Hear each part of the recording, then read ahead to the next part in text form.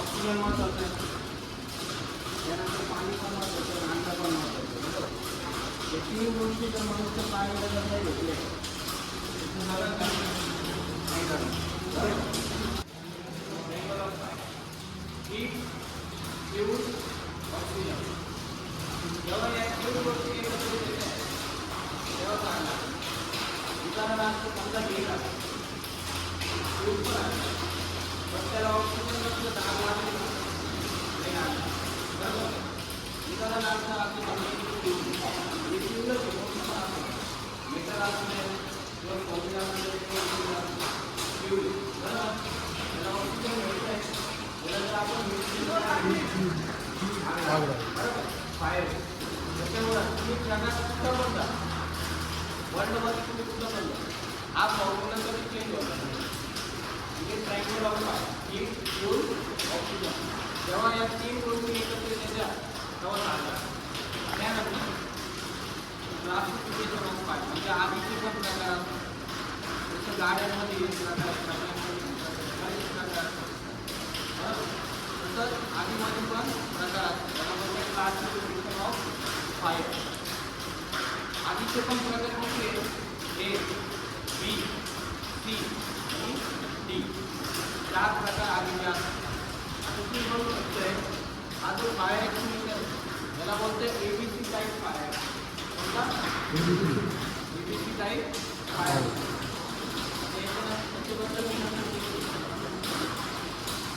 हे म्हणजे सॉलिड.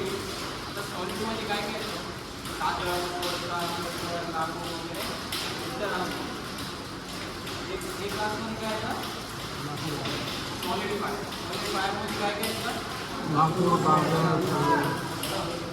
त्यानंतर बी म्हणजे लिक्विड फायर. तर लिक्विड फायरमध्ये ना डिझेल पेट्रोल म्हणजे ते जळणारे लिक्विड खूप प्रकारचे बट जे जळणारे ते बरोबर. त्यानंतर सी क्लास. आता सी क्लासमध्ये 2 फायर. सी क्लासमध्ये 2 फायर त्याच्यामध्ये गॅस फायर. गॅसमध्ये जसं की आपल्या घरात LPG गॅस त्यानंतर गॅस वगैरे त्यानंतर गोबर गॅस असेल CNG गॅस असेल हे गॅस कोणते जळणारे गॅस. गॅसचा खूप प्रकार CO2 आला नायट्रोजन आला पण ते जळते का नाही. जळणारे कोणते गोबर गॅस झाले CNG झाला आपल्याला तो गॅस आला बरोबर. प्लस त्याच्यामध्ये सी क्लासमध्ये इलेक्ट्रिक फायरमध्ये काय असं इलेक्ट्रिक फायर कळाला आता मी काय सांगितलं. त्यानंतर डी क्लास फायर. तर डी क्लासमध्ये मेटल आहे. तर मेटल पण खूप प्रकारचे असतात सोलर चांदी पितळ वगैरे. प्रत्येक मेटलसाठी एक वेगळी पावडर आहे.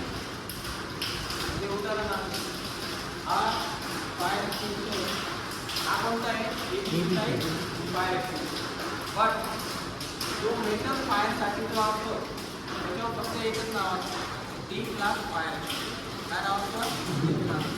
बट त्याच्यावर जी पावडर असते ती प्रत्येक मेटलच्या हिशोबाने म्हणजे समजा उदाहरणार्थ कुठे एक सोनं किंवा चांदी याचं काही मिश्रण वगैरे बरोबर. मेटल कोणतं पण असतं त्याची जळतं पण समजा आपलं जळतं बरोबर. प्रत्येक मेटलला एक वेगळी पावडर असते. उदाहरणार्थ हा जो फायर एक्सटिंग्विशर याला बोलते ABC टाईप फायर. याच्यामध्ये असते मोनो अमोनियम फॉस्फेट नावाची पावडर. कोणती मोनो अमोनियम फॉस्फेट नावाची पावडर असते.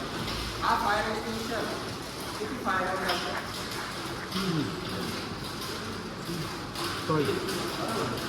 कोणते कोणते फायर चालतो कागद मेटल आपलं इथं दिलेलं आहे ABC बरोबर. A म्हणजे B म्हणजे C म्हणजे अजून मध्ये काय C मध्ये C क्लासमध्ये 2 फायर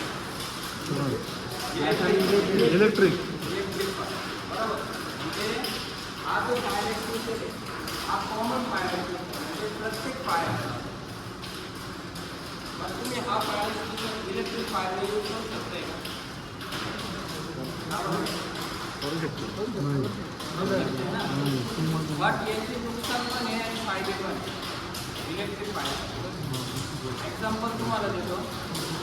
समजा एखादा पॅनल, त्या पॅनलमध्ये जर आग लागली, तुम्ही ABC टाईप फायर एक्सटिंग्विशर जर यूज केला. ABC टाईप फायर एक्सटिंग्विशरमध्ये काय आहे? पावडर आहे, मोनो अमोनियम फॉस्फेट नावाचं पावडर आहे. समजा इलेक्ट्रिक पॅनलला आग लागली, तुम्ही तिथं हा फायर एक्सटिंग्विशर यूज केला. यूज केल्यानंतर काय होईल? आग तर विझणार आहे तुम्ही, बरोबर. बट जे पावडरचे जे छोटे छोटे कण ते तुमच्या पुढच्या पॅनलमध्ये जातील, तुमचा पूर्ण पॅनल डॅमेज होईल. कळालं? आता प्रत्येक फायरसाठी एक स्पेशल फायर एक्सटिंग्विशर, जसं की solid fire 1 lakh. Solid fire आहे, सॉलिड फायरसाठी स्पेशली एक फायर एक्सटिंग्विशर, त्याला बोलतात वॉटर टाईप फायर. कोणता? Water type fire. त्यानंतर डी म्हणजे लिक्विड. आता लिक्विड फायरसाठी पण एक स्पेशल फायर एक्सटिंग्विशर, त्याला बोलतात फोम टाईप फायर. कोणता? Foam type. म्हणजे त्याच्यामध्ये काय असतं? वॉटर प्लस त्याच्यामध्ये फोम नावाचं एक लिक्विड असतं, प्लस त्याच्यामध्ये नायट्रोजन असतं. जेव्हा या तिन्ही गोष्टींचं मिश्रण होतं, त्यानंतर फोम तयार होऊन राहील. उदाहरणार्थ समजा तुम्ही लिक्विड फायर म्हणजे घरात तेल किंवा पेट्रोल डिझेल उचलल्यानंतर आग लागली, तुम्ही त्याचं पाणी उचलेल का? नाही होत. बरोबर. का बरं नाही होत ना? पाणी करत का बरं नाही? लिक्विड फायरवर पाणी काय का नाही? कारण कधी पण लक्षात ठेवा, लिक्विड जे असतं ते हलका असतं, त्याला वजन नसतं. आणि वॉटर जे असतं त्याला वजन जास्त असतं.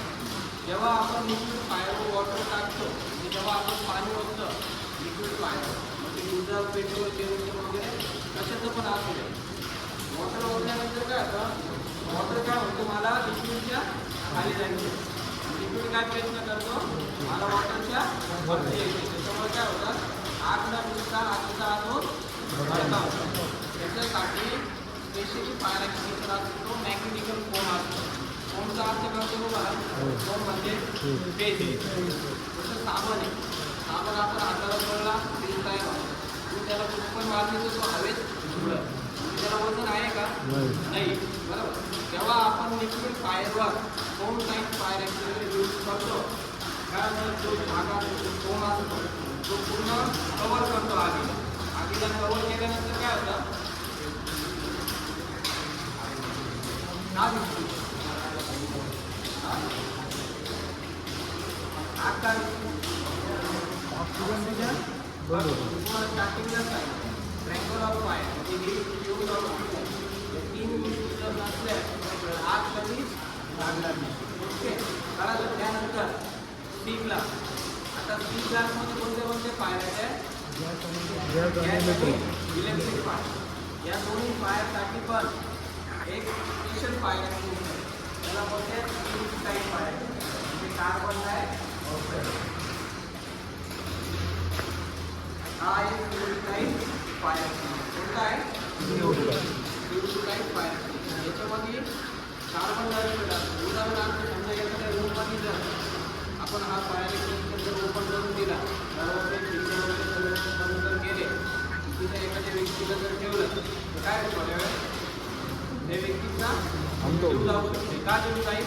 ऑक्सिजन लेवल जी असते ती कार्बन डायऑक्साईड कमी करून टाकते. बरोबर. तसंच आगीसाठी पण महत्त्वाचं काय असतं? आग विझण्यासाठी ऑक्सिजन. जर तिथलं आगीचं जर ऑक्सिजनच कमी झालं तर आग जिवंत राहील का? नाही राहणार. हा जो फायर एक्सटिंग्विशर आहे हा स्पेशली गॅस फायरसाठी आणि इलेक्ट्रिक फायरसाठी. आता तुम्ही म्हणताल आपल्याला फिल्ममध्ये 2 प्रकारचे फायर एक्सटिंग्विशर, बरोबर. हा जो फायर एक्सटिंग्विशर आहे हा कॉमन आहे. हा A class, B class, C class सगळ्या याला चालतो, बरोबर. पण हा जो फायर एक्सटिंग्विशर आहे हा स्पेशली इलेक्ट्रिक फायरसाठी. का बरं? याच्यामध्ये कार्बन डायऑक्साईड आहे. एक्झाम्पल म्हणजे तुम्हाला पॅनलमध्ये आग लागल्यानंतर पूर्ण पॅनलला कधी आग लागते का? नाही लागत. एक छोटासा पार्ट असतो ज्यामध्ये शॉर्ट सर्किट वगैरे होतो, बरोबर. समजा तुम्ही पावडर टाईप फायर एक्सटिंग्विशर जर यूज केला, पावडर काय होईल? तुमच्या पूर्ण पॅनलमध्ये एक्सटिंग्विशरचा रिप्लेसमेंट करावा. आणि जर तिथं तुम्ही जर सिंगल टाईप फायर एक्सटिंग्विशर जर यूज केलं तिथं तर काय होईल, जो ज्या पार्टला आग लागलेली तिथं तेवढंच पार्ट तिथं चेंज करावं. बरोबर. त्यानंतर कोणता पण फायर एक्सटिंग्विशर यूज करताना त्याची ऑपरेटिंग सिस्टम महत्त्वाची असते.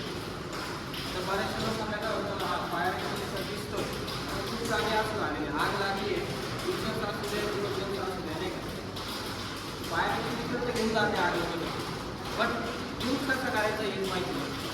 काही काही जणांना माहिती असतं यूज करायचा, पण यूज करताना पण त्यांचं फुल यूज होतं.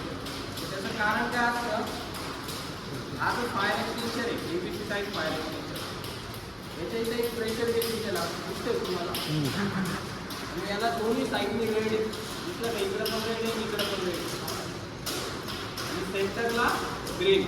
म्हणजे समजा या साईडला काटा रेडमध्ये जर असला तर हाय प्रेशर आम्ही कधी घेतो, जेव्हा फायर एक्सटिंग्विशरचा जो सिलेंडर आहे तेव्हा त्याची आम्ही हायड्रोलिक टेस्टिंग वगैरे करतो, तेव्हाच आम्ही त्याला हाय प्रेशर देतो. आणि जर या साईडला रेडमध्ये येतं म्हणजे लो प्रेशर, याच्यामध्ये पण नायट्रोजन असतं. जर नायट्रोजन नसलं तर त्याच्यामधून जी पावडर आहे ती पावडर त्याची बाहेरच पडणार. त्याच्यामुळं कोणता पण फायर एक्सटिंग्विशर यूज करताना हा जो काटा असतो हा ग्रीनमध्ये आहे का नाही ते बघायचं. कळालं? ग्रीनमध्ये आहे का नाही ते बघायचं. आणि यूज करताना याला एक सेफ्टी पिन दिली असती, याला बोलते वॉल गार्ड आणि याला बोलते सी. सर्वात पहिले तुम्हाला इसी तोडायचं आहे. इसी हाताने जर ओढलं तुम्ही इसी तुमचं त्याची तुटणार. जर नाही तुटल्यानंतर याची सेफ्टी पिन असते, तिला फक्त तुम्ही ओढून देतं. जर समजा असं राहून केलं त्याला तिची सी तुटून जाईल. सी तुटल्यानंतर जी सेफ्टी पिन आहे ती तुम्हाला बाहेर ओढायची. ती बाहेर काढल्यानंतर आता वॉल गार्ड आहे, हा वॉल गार्ड बाहेर काढून घ्यायचा. त्यानंतर यूज करताना तर बरेच जण काय करतात, त्याला फक्त दुसरं पकडायची काय होतं, जेव्हा याच्यामध्ये प्रेशरची पावडर बाहेर पडते तेव्हा हा जो होतपाईप आहे हा कंटिन्यू मूव होतो, कंटिन्यू येतो. त्याच्यासाठी त्याला इथं नोजर पण पकडायचं. ओके, कळलं? त्यानंतर आग विझवताना आगीपासून मिनिमम 1 ते 1.5 मीटरच्या अंतरावर, किती 1 ते 1.5 मीटरच्या अंतरावर थांबायचं. आणि त्यानंतर आगीची जी दिशा आहे ती बघायची कोणती आहे. आता समजा हवा इकडून चालू आहे, तुम्ही हवेच्या समोर जाऊन आग विझवताय तर काय होईल, याच्यामध्ये जी पावडर बाहेर पडत आग तर विझणार आहे तुम्ही, पण जी पावडर असते ती तुमच्या नाका तोंडात वगैरे जाऊन तुम्ही आजारी पण करू शकता. म्हणजे आजारी म्हणजे असं जास्त काय होत नाही, सर्दी खोकला ताप वगैरे असं येऊ शकतो. त्याच्यामुळं आग विझवताना आगीच्या विरुद्ध दिशेने थांबायचं कधी पण, आणि मिनिमम आगीपासून 1 ते 1.5 मीटरच्या अंतरावर थांबायचं. कळलं? या फायर एक्सटिंग्विशरबद्दल काही डाऊट विचारू शकते.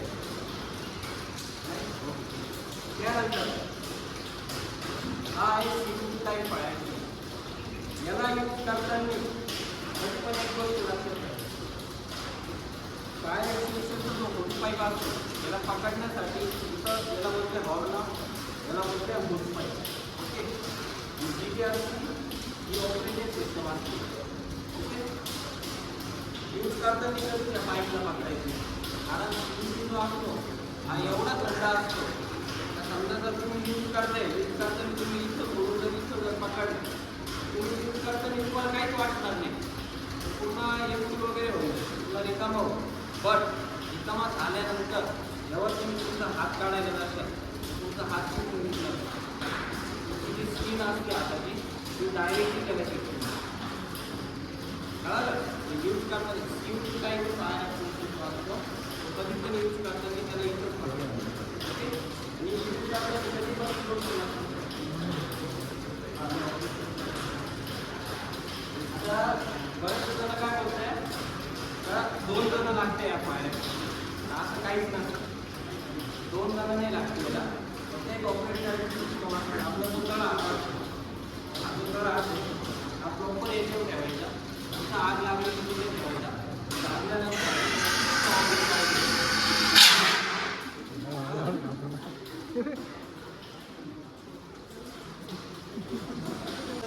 असतं डेंजर म्हणजे इमर्जन्सी उदाहरणार्थ, बरोबर.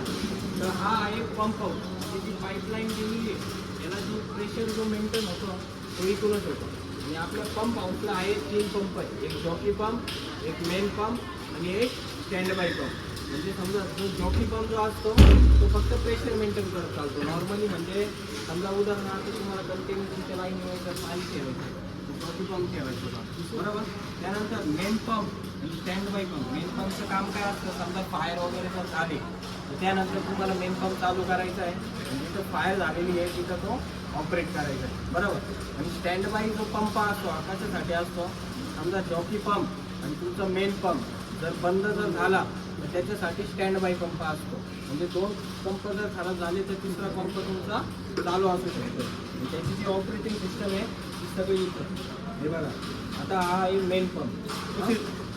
चालू करतो ना काय चालू करून टाकतो ड्रेन पाईप नाही टेस्टिंगला दाखवा ठीक आहे, कारण ते पाणी कमी ठीक आहे.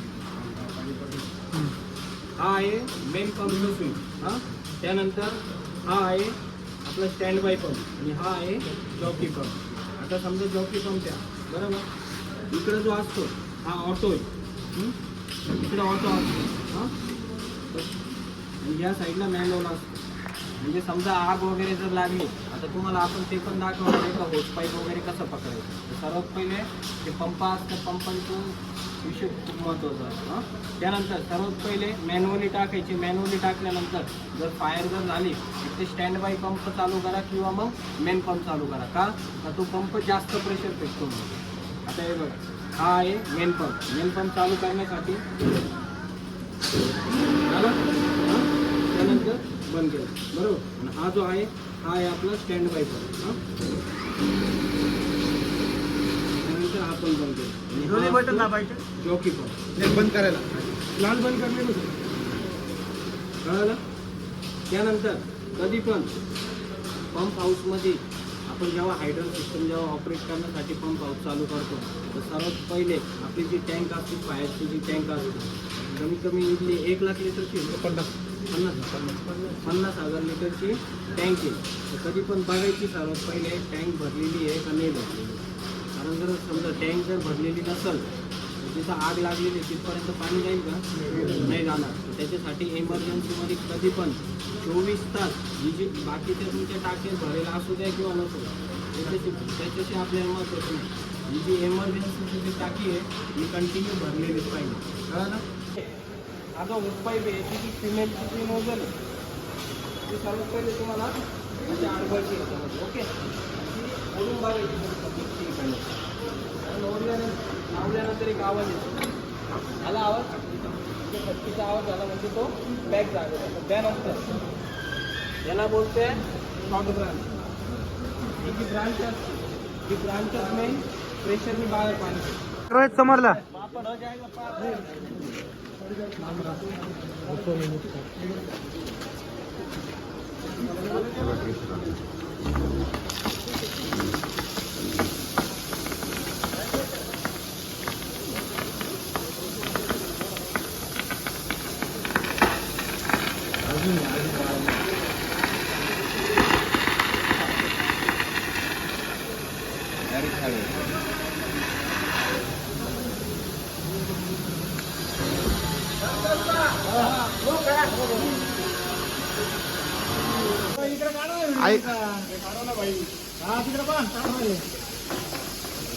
थोडा लांबून काढा ना.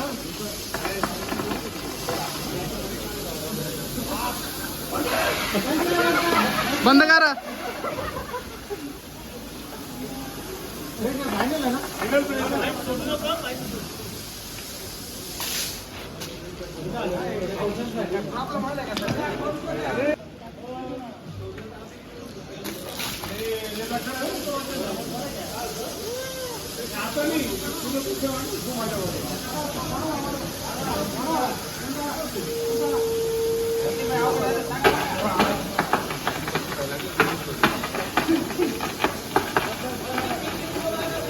हो वरती मारा इकडं.